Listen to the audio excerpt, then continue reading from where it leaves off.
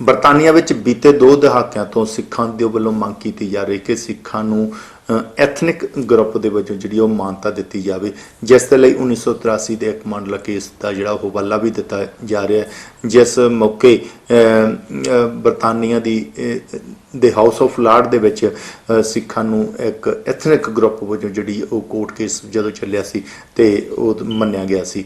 ਉਸ ਦਾ ਹਵਾਲਾ ਜਿਹੜਾ ਉਹ ਬਾਰ-ਬਾਰ ਇਸ ਦੇ ਵਿੱਚ ਜਿਹੜਾ ਉਹ ਦਿੱਤਾ ਜਾ ਰਿਹਾ।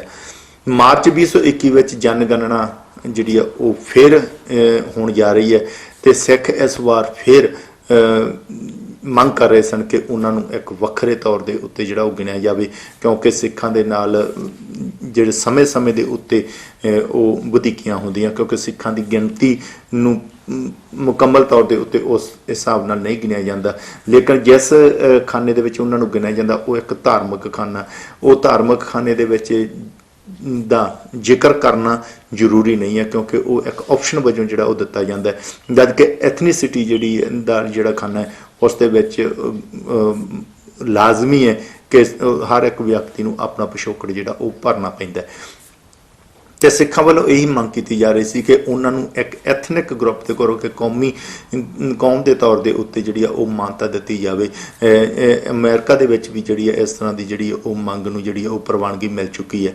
ਲੇਕਿਨ ਪਿਛਲੀਆਂ ਜਿਹੜੀਆਂ ਮੀਟਿੰਗਾਂ ਹੋਈਆਂ ਸਰਕਾਰ ਦੇ ਨਾਲ ਉਸ ਦੇ ਵਿੱਚ ਜਿੰਨੀ ਵਾਰ ਵੀ ਖਬਰਾਂ ਸਾਨੂੰ ਮਿਲੀਆਂ ਇੱਕ ਹਾਂ ਪੱਖੀ ਜਿਹੜਾ ਹੁੰਗਾਰਾ ਹੀ ਸਾਨੂੰ ਮਿਲਦਾ ਰਿਹਾ।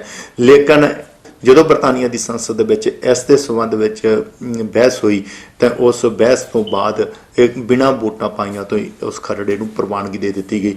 ਉਸ ਖਰੜੇ ਦੇ ਵਿੱਚ ਇੱਕ ਵਾਰ ਫਿਰ ਸਿੱਖਾਂ ਨੂੰ ਇੱਕ ਧਰਮ ਦੇ ਤੌਰ ਤੇ ਜਿਹੜਾ ਉਹ ਥੱਲੇ ਜ਼ਰੂਰ ਅੰਕਿਤ ਕੀਤਾ ਗਿਆ, ਲੇਕਿਨ ਐਥਨਿਕ ਗਰੁੱਪ ਦੇ ਵਿੱਚ ਸਿੱਖਾਂ ਨੂੰ ਜਿਹੜਾ ਉਹ ਸ਼ਾਮਲ ਨਹੀਂ ਕੀਤਾ ਗਿਆ।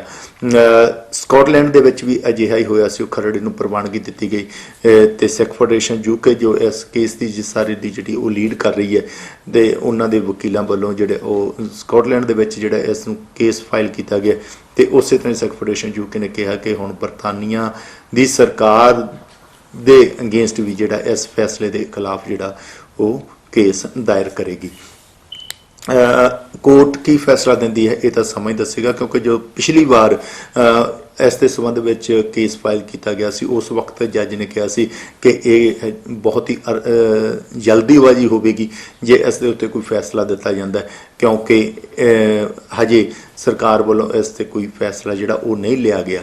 ਲੇਕਿਨ ਹੁਣ ਸਰਕਾਰ ਨੇ ਫੈਸਲਾ ਲੈ ਲਿਆ ਤੇ ਖਰੜੇ ਨੂੰ ਜਿਹੜੀ ਪ੍ਰਵਾਨਗੀ ਮਿਲ ਗਈ ਹੈ, ਪਰ ਹਾਊਸ ਆਫ ਕਾਮਨ ਤੋਂ ਬਾਅਦ ਹਾਊਸ ਆਫ ਲਾਰਡ ਦੇ ਵਿੱਚ ਇਸ ਨੂੰ ਪ੍ਰਵਾਨਗੀ ਮਿਲ ਗਈ। ਉਸ ਤੋਂ ਬਾਅਦ ਕੁਈਨ ਦੀ ਜਦੋਂ ਮੋਹਰ ਲੱਗ ਜਾਂਦੀ ਹੈ ਤੇ ਇਸ ਨੂੰ ਜਿਹੜਾ ਉਹ ਬਿੱਲ ਦੇ ਤੌਰ ਦੇ ਉੱਤੇ ਮਿਲੇਗੀ, ਪ੍ਰਵਾਨਗੀ ਮਿਲ ਜਾਵੇਗੀ। ਇਸ ਦੇ ਸੰਬੰਧ ਵਿੱਚ ਅਸੀਂ ਅਜੀਤ ਦੇ ਦਰਸ਼ਕਾਂ ਨੂੰ ਦਿਖਾਉਣਾ ਚਾਹੁੰਦੇ ਹਾਂ ਕਿ ਬਰਤਾਨੀਆ ਦੀ ਸੰਸਦ ਵਿੱਚ ਇਸ ਬਹਿਸ ਦੌਰਾਨ ਜਿਹੜੇ ਸੰਸਦ ਮੈਂਬਰਾਂ ਨੇ ਸਿੱਖਾਂ ਦੇ ਹੱਕ ਦੇ ਵਿੱਚ ਜਿਹੜਾ ਉਹ ਕੀ ਕੁਝ ਬੋਲਿਆ। ਨਿੱਜੀ ਤੌਰ ਤੇ ਜੌਨ ਸਪੈਲਰ ਨੇ ਜਿਹੜੇ ਸਮੇਤ ਹਲਕੇ ਦੇ ਸੰਸਦ ਮੈਂਬਰ, ਉਹਨਾਂ ਨੇ ਸਿੱਖਾਂ ਦੇ ਹੱਕ ਵਿੱਚ ਡਟ ਕੇ ਉੱਥੇ ਪਹਿਰਾ ਦਿੱਤਾ ਤੇ ਬੋਲਿਆ ਤੇ ਉਹਨਾਂ ਨੇ ਇਸ ਗੱਲ ਨੂੰ ਮੰਨਿਆ ਤੇ ਕਿਹਾ ਕਿ ਸਾਨੂੰ ਦੇਖਣਾ ਚਾਹੀਦਾ ਕਿ ਸਿੱਖਾਂ ਦੇ ਬਰਤਾਨੀਆ ਦੇ ਲਈ ਪਿਛਲੀਆਂ 2 ਸਦੀਆਂ ਤੋਂ ਜਿਹੜਾ ਉਹਨਾਂ ਦਾ ਵੱਡਾ ਯੋਗਦਾਨ ਰਿਹਾ ਤੇ ਉਹਨਾਂ ਨੇ ਬ੍ਰਿਟਿਸ਼ ਰਾਜ ਵੇਲੇ ਦਾ ਜਿਹੜਾ ਉਹ ਜ਼ਿਕਰ ਕੀਤਾ। ਉਸ ਤੋਂ ਬਾਅਦ ਦੇ ਵਿੱਚ ਵਰਲਡ ਵਾਰ ਵਿੱਚ ਸਿੱਖਾਂ ਦੀਆਂ ਕੁਰਬਾਨੀਆਂ ਦਾ ਜਿਹੜਾ ਉਹਨਾਂ ਨੇ ਜ਼ਿਕਰ ਕੀਤਾ ਉਸ ਵਕਤ ਦੇ ਵਿੱਚ, ਤੇ ਉਹਨਾਂ ਨੇ ਮੰਗ ਕੀਤੀ ਹੈ ਕਿ ਸਿੱਖਾਂ ਦਾ ਵੱਖਰਾ ਖਾਨਾ ਉਹ ਲਾਜ਼ਮੀ ਹੋਣਾ ਚਾਹੀਦਾ। ਇਸ ਤੋਂ ਇਲਾਵਾ ਕੰਜ਼ਰਵੇਟਿਵ ਪਾਰਟੀ ਦੇ ਸੰਸਦ ਮੈਂਬਰ, DUP ਦੇ ਸੰਸਦ ਮੈਂਬਰ, ਕੰਜ਼ਰਵੇਟਿਵ ਪਾਰਟੀ ਦੇ ਸੰਸਦ ਮੈਂਬਰ, ਲਿਬਰਲ ਡੈਮੋਕ੍ਰੇਟ ਦੇ ਸੰਸਦ ਮੈਂਬਰਾਂ ਸਮੇਤ ਜਿਹੜੇ ਕ੍ਰਾਸ ਪਾਰਟੀ ਸੀ ਵੱਖ-ਵੱਖ ਪਾਰਟੀਆਂ ਦੇ ਸੰਸਦ ਮੈਂਬਰਾਂ ਨੇ ਸਿੱਖਾਂ ਦੇ ਹੱਕ ਦੇ ਵਿੱਚ ਜਿਹੜੀ ਆ ਉਹ ਡਿਬੇਟ ਦੇ ਵਿੱਚ ਹਿੱਸਾ ਲਿਆ। ਤੇ ਆਓ ਦੇਖਦੇ ਹਾਂ ਕਿ ਸੰਸਦ ਮੈਂਬਰਾਂ ਨੇ ਸਿੱਖਾਂ ਦੇ ਹੱਕ ਵਿੱਚ ਕੀ ਕੁਝ ਕਿਹਾ। John ਸਪੈਲਰ। Thank you, Madam Deputy Speaker, and frankly this measure is a slap in the face for the Sikh community, a community that has contributed so much to our country, not only in recent years but over the last couple of centuries of our joint history. This sizeable dynamic community is contributing, as we know, in business, in the professions, the armed forces, as we recorded last year, the huge contribution and vast number of deaths in World War I. In politics, in the media, and of course in medicine. Highlighted only a month or so ago with the death of Manjit Singh Riat of Derby Hospital, the A&E leader there. Now, clearly the Sikh community feels strongly about this. As in the 2011 census, 83,000 ticked the box saying other and wrote in Sikh in that area. So why does this matter? Firstly, because Sikhs have been legally recognised as an ethnic group for nearly 40 years, since the House of Lords ruling in 1983. And the census ethnic group question was only introduced more in the 1991 census. And at that time, the Office for National Statistics stated that it was introduced to help public bodies assess equal opportunities and develop anti-discrimination policies. Now, ethnic group data, not religious data, is what's used by public bodies to make decisions on allocation of resources and provision of public services. The Prime Minister's last race disparity audit indicated there were 176 data sets spanning sectors from housing and education to employment, health and the criminal justice system, but no data on Sikhs. Effectively, they are invisible. And as the COVID-19 crisis has shown, there has been no systematic collection of data on the number of Sikhs tested as positive or on the number who tragically died, even though we're inquiring into the question of differentiation in different groups of health outcomes. And although they come to prominence when a key worker dies, nobody's actually properly collecting the data. Now, quite frankly, we either need to change local practice of how this is assessed and how government departments work, or we need to add an additional box in the census. I would argue one is probably quite a bit simpler than the other. And I do have to say, I'm frankly still perplexed by the government's stubbornness on this issue.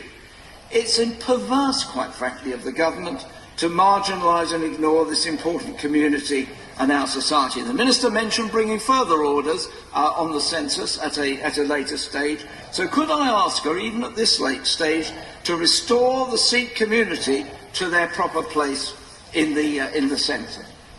On from there to the points that have been raised around Sikh ethnicity. Let me begin with those, and then I shall go on from there to Cornish national identity, and then on from there to other points that I hope to be able to tick off for honourable members.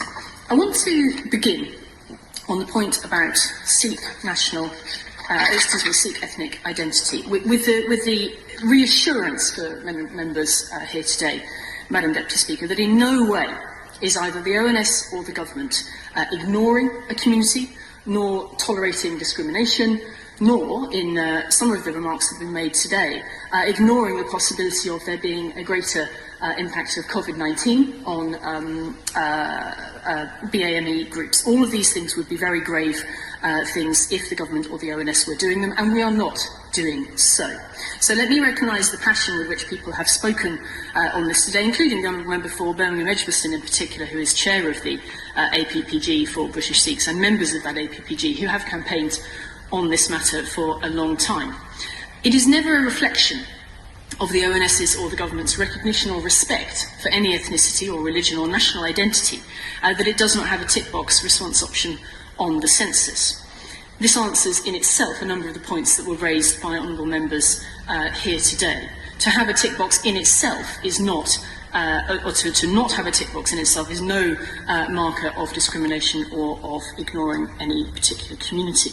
The content of the draft census order, Madam Deputy Speaker, is informed by an extensive programme of research, consultation with a very wide range of stakeholders carried out by the ONS. And it is necessary to prioritise what is included in the questionnaire. Now, this point actually was made by the Honourable Member for Southend West himself here in this debate. So I can remind the House that 55 new tick boxes were requested for the ethnic group question alone, which gives you a sense of the context. Each of those requests has to be reviewed against a detailed set of prioritisation measures before the final recommendation is made. And so through that rigorous process, the only additional response option which has been included in the ethnic group question is Roma. And what has to be found there is a strong need for data, no suitable alternative data available or alternative sources to meet this need. This process is detailed by the ONS. I'm only giving some selected points from it here today, Madam Deputy Speaker. A new tick box in that case was found to be acceptable also to those answering the census question. Now, coming back to the Sikh community, there will continue to be a specific Sikh response option in the census question on religion. So despite being a voluntary question, the response rate on that religion question is very high, over 92%. And we are confident through the ONS that religion data from the census will provide high quality data for public bodies to inform service provision and equalities monitoring. Let me turn to a point that was made by the Right Honourable Gentleman for Worley.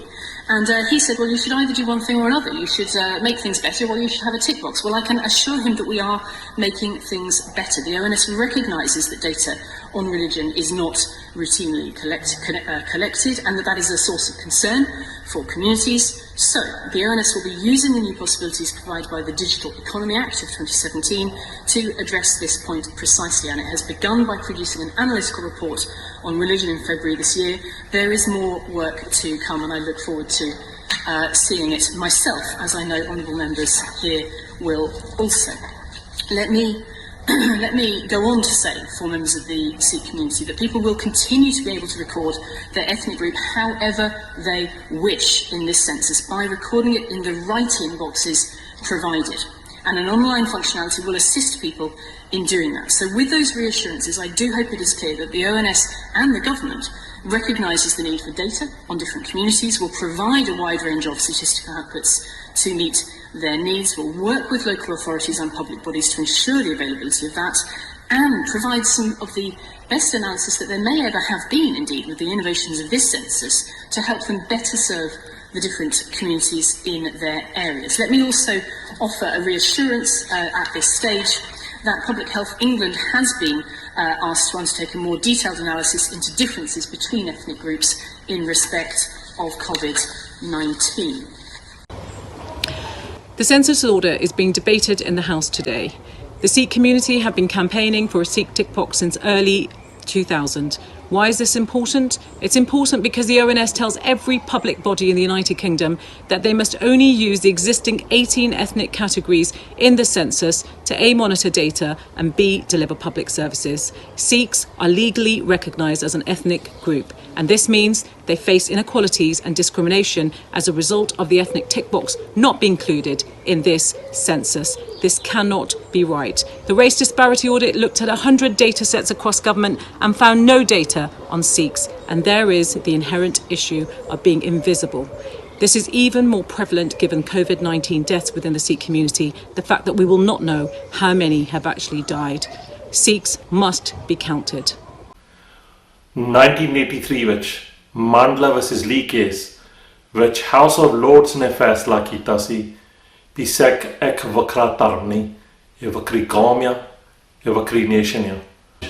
2021 ਦੀ ਮਰਦਮਸ਼ੁਮਾਰੀ ਦੇ ਸੰਬੰਧ ਵਿੱਚ ਜਦੋਂ ਬਹਿਸ ਹੋਈ ਉੱਥੇ parliament ਵਿੱਚ, ਉਹ ਜਿਹੜੇ MP ਭਾਵੇਂ ਉਹ ਸੀਗੇ ਮੁਸਲਮਾਨ, ਭਾਵੇਂ ਉਹ ਸੀਗੇ ਐਫਰੋ ਕੈਰੇਬੀਅਨ, ਸਕਾਟਿਸ਼, ਆਇਰਿਸ਼, ਉਹਨਾਂ ਨੇ ਆਪਣੀ ਆਵਾਜ਼ ਉਠਾਈ, ਪਰ ਐਮਪੀਆਂ ਨੇ ਦਿਖਾਤਾ ਭਾਵੇਂ ਸਿੱਖ ਸਾਡੇ ਇਲਾਕੇ ਵਿੱਚ ਨਹੀਂ ਰਹਿ ਰਹੇ, ਪਰ ਤੁਹਾਡੀ ਜਿਹੜੀ ਆਵਾਜ਼ ਆ ਅਸੀਂ ਉਠਾ ਸਕਦੇ ਹਾਂ।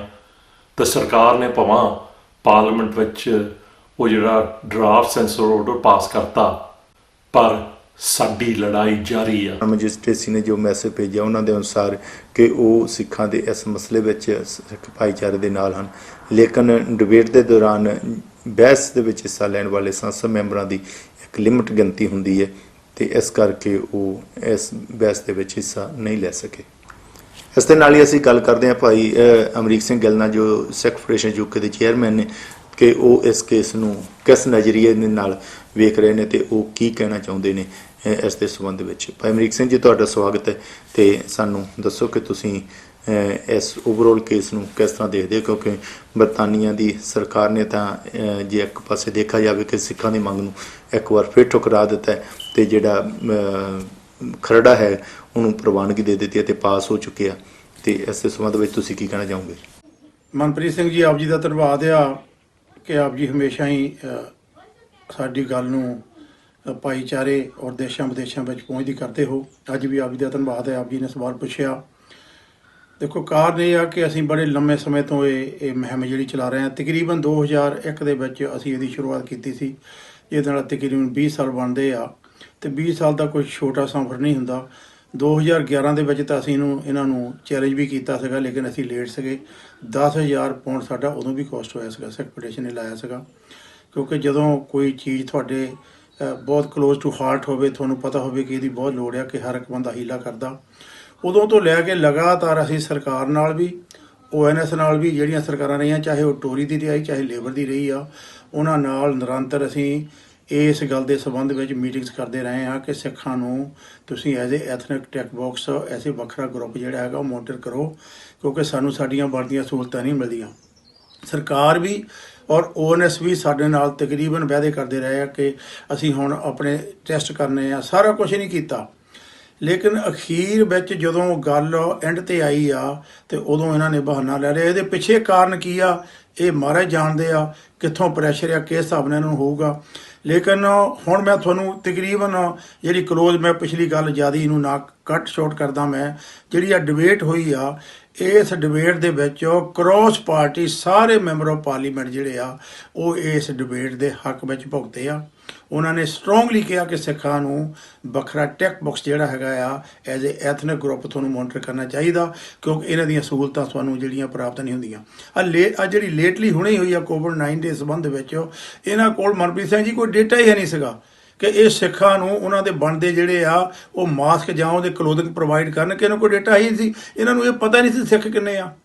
ਜਿਹੜੇ ਸਾਡੇ ਸਿੱਖ ਡਾਕਟਰ ਹੁਣ ਇਸ ਕੇਸ ਦੇ ਸੰਬੰਧ ਵਿੱਚ ਜਿਹੜੇ ਆ ਉਹ ਆਪਣੀਆਂ ਜਾਨਾਂ ਗਵਾ ਗਏ, ਉਹਦੇ ਵਿੱਚ ਇਹ ਵੀ ਦੋਸ਼ੀ ਹੈ ਇਹ, ਕਿਉਂਕਿ ਇਹਨਾਂ ਕੋਈ ਡੇਟਾ ਹੀ ਨਹੀਂ, ਕਲੈਕਟ ਹੀ ਨਹੀਂ ਕੀਤਾ। ਸੋ ਸਾਡੇ ਐਮਪੀਆਂ ਨੇ, ਸਾਡੇ ਸਿੱਖ MP ਵੀ 100% ਸਪੋਰਟ ਕਰਦੇ ਆ, ਕ੍ਰੋਸ ਪਾਰਟੀ ਵੀ ਸਪੋਰਟ ਕਰਦੀ ਆ। ਔਰ ਕੱਲ੍ਹ ਜਿਹੜਾ ਮੇਰੇ ਹਿਸਾਬ ਨਾਲ ਜਿਸ ਢੰਗ ਨਾਲ ਜਿਹੜਾ ਬੋਰਲੀ ਦਾ ਜਿਹੜਾ ਆਪਣੇ ਮੈਂਬਰ ਆਫ ਪਾਰਲੀਮੈਂਟ ਜਿਹੜਾ ਹੈਗਾ ਆ, ਉਹ ਜਿਸ ਢੰਗ ਨਾਲ ਬੋਲ ਕੇ ਗਿਆ, ਉਹਨੇ ਕਲੀਅਰ ਕਰਤਾ। ਬਾਕੀ ਸਾਰੇ ਤਕਰੀਬਨ DGP ਆਇਰਲੈਂਡ ਤੋਂ MP ਜਿਹੜਾ ਹੈਗਾ ਉਹ ਬੜਾ ਸਾਡੇ ਹੱਕ ਦੇ ਵਿੱਚ ਬੋਲਿਆ। ਸੋ ਇਸ ਕਰਕੇ ਕ੍ਰੋਸ ਪਾਰਟੀ ਸਾਨੂੰ ਸਪੋਰਟ ਆ। ਹੁਣ ਕਈਆਂ ਨੇ ਕਹਿਣਾ ਤਨਵੀਰ ਸਿੰਘ ਨਹੀਂ ਬੋਲਿਆ, ਕਿਉਂਕਿ ਉੱਥੇ ਉਹਨਾਂ ਨੇ ਐਲੋਕੇਟ ਕੀਤਾ ਸੀ ਕਿਹੜੇ ਬੰਦੇ ਬੋਲ ਸਕਦੇ ਆ। ਪ੍ਰੀਤ ਨਹੀਂ ਬੋਲ ਸਕਦੀ ਕਿਉਂਕਿ ਉਹ ਸ਼ੈਡੋ ਮਿਨਿਸਟਰ ਆ। ਲੇਕਿਨ ਸਾਰੀ ਕ੍ਰੋਸ ਪਾਰਟੀ ਸਾਨੂੰ ਸਪੋਰਟ ਇਹਦੇ ਸੰਬੰਧ ਵਿੱਚ ਮਿਲੀ ਆ, ਔਰ ਮੈਂ ਸਮਝਦਾ ਕਿ ਇਹਦੇ ਵਿੱਚ ਬਹੁਤ ਵੱਡੀ ਪ੍ਰਾਪਤੀ ਜਿਹੜੀ ਆ ਉਹ ਹੋਈ ਆ। ਹੁਣ ਜਿਹੜਾ ਜਿੱਥੇ ਗੱਲ ਖੜੀ ਆ ਹੁਣ ਮਨਪ੍ਰੀਤ ਸਿੰਘ ਜੀ, ਇਹ ਆ ਕਿ ਇਹ ਤਕਰੀਬਨ ਜਿਹੜਾ ਪੋਲੀਟੀਕਲ ਪ੍ਰੈਸ਼ਰ ਸੀਗਾ ਇੱਥੇ ਤੱਕ ਆਪਾਂ ਪਾਇਆ। ਹੁਣ ਅਸੀਂ ਕੋਰਟਾਂ ਦੇ ਵਿੱਚ ਜਿਹੜਾ ਸਾਡੇ ਕੇਸ ਜਿਹੜੇ ਹੈਗੇ ਆ, ਸਕਾਟਲੈਂਡ 'ਚ ਵੀ ਚੱਲ ਰਿਹਾ, ਇੱਥੇ ਵੀ ਚੱਲ ਰਿਹਾ। ਆਪਾਂ ਨਿਰੰਤਰ ਇਹ ਲੜਾਈ ਜਾਰੀ ਰੱਖਣੀ ਆ ਜਦੋਂ ਤੱਕ ਇਹ ਕੋਰਟਾਂ ਵੀ ਜਿਹੜਾ ਫੈਸਲਾ ਨਹੀਂ ਕਰਦੀਆਂ, ਔਰ ਕੋਰਟਾਂ ਵੀ ਕਰ ਦੇਣ, ਲੇਕਿਨ ਆਪਣੇ ਹੱਕ ਦੀ ਗੱਲ ਆਪਾਂ ਲੜਾਈ ਇਹ ਲੜੀ ਜਾਣੀ ਆ, ਆਪਾਂ ਇਹਨੂੰ ਛੱਡਣਾ ਨਹੀਂ ਹੈਗਾ। ਸੋ ਇਹ ਨਿਰੰਤਰ ਜਿਹੜਾ ਹੈਗਾ ਕੋਲ ਸਿੱਖਾਂ ਦਾ ਉਹ ਹਮੇਸ਼ਾ ਚੱਲਦਾ ਰਹਿਣਾ ਜੀ। ਗੱਲ ਸਾਹਿਬ ਤੁਹਾਡਾ ਬਹੁਤ ਬਹੁਤ ਧੰਨਵਾਦ। ਇਸ ਦੇ ਨਾਲ ਹੀ ਮੈਂ ਇੱਕ ਗੱਲ ਹੋਰ ਜੋੜਨੀ ਚਾਹਾਂਗਾ ਕਿ ਜਿਹੜੀ ਪਿਛਲੀ ਮਰਦਮਸ਼ੁਮਾਰੀ ਹੋਈ ਸੀ ਉਸ ਦੇ ਵਿੱਚ 83,000 ਸਿੱਖਾਂ ਨੇ ਖੁਦ ਨੂੰ ਐਥਨਿਕ ਖਾਨੇ ਦੇ ਵਿੱਚ ਜਿਹੜਾ ਆਪਸ਼ਨ ਦੇ ਤੌਰ ਤੇ ਅਦਰਸ ਲਿਖਿਆ ਹੁੰਦਾ ਤੇ ਉਸ ਦੇ ਵਿੱਚ ਆਪਣਾ ਨਾਂ ਐਜ਼ ਏ ਸਿੱਖ ਜਿਹੜਾ ਉਹ ਲਿਖਿਆ ਸੀ।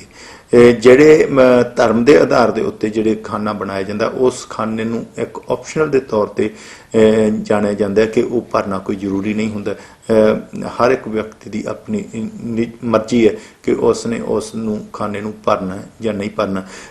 ਇਸ ਕਰਕੇ ਜਿਹੜੇ ਸਿੱਖਾਂ ਵੱਲੋਂ ਜਿਸ ਗੱਲ ਦੇ ਉੱਤੇ ਚਿੰਤਾ ਪ੍ਰਗਟਾਈ ਜਾ ਰਹੀ ਹੈ ਕਿ ਇਸ ਖਾਨੇ ਦੇ ਵਿੱਚ ਜਿਹੜੀ ਆ ਉਹਨਾਂ ਨੂੰ ਬਣਦੀ ਥਾਂ ਦਿੱਤੀ ਜਾਵੇ, ਕਿਉਂਕਿ ਉਹਨਾਂ ਨੇ ਇਹ ਵੀ ਇਤਰਾਜ਼ ਹੈ ਕਿ COVID-19 ਨਾਲ ਜਿਹੜੀਆਂ ਹੁਣ ਮੌਤਾਂ ਹੋਈਆਂ ਉਸ ਦੇ ਵਿੱਚ ਵੀ ਸਿੱਖਾਂ ਕੋਲ ਇੱਕ ਪੁਖਤਾ ਜਿਹੜੇ ਆ ਉਹ ਅੰਕੜੇ ਨਹੀਂ ਕਿ ਇਸ ਵਿੱਚ ਸਿੱਖਾਂ ਦੀ ਕਿੰਨੀ ਗਿਣਤੀ ਹੋਈ ਹੈ।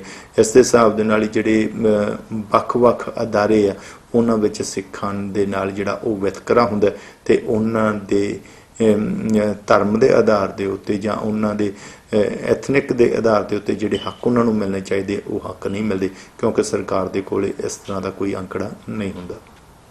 ਬਹੁਤ ਬਹੁਤ ਧੰਨਵਾਦ। ਮੈਂ ਲੰਡਨ ਤੋਂ ਮਨਪ੍ਰੀਤ ਸਿੰਘ ਬੱਧਨੀ ਕਲਾਂ ਤੇ ਤੁਸੀਂ ਵੀ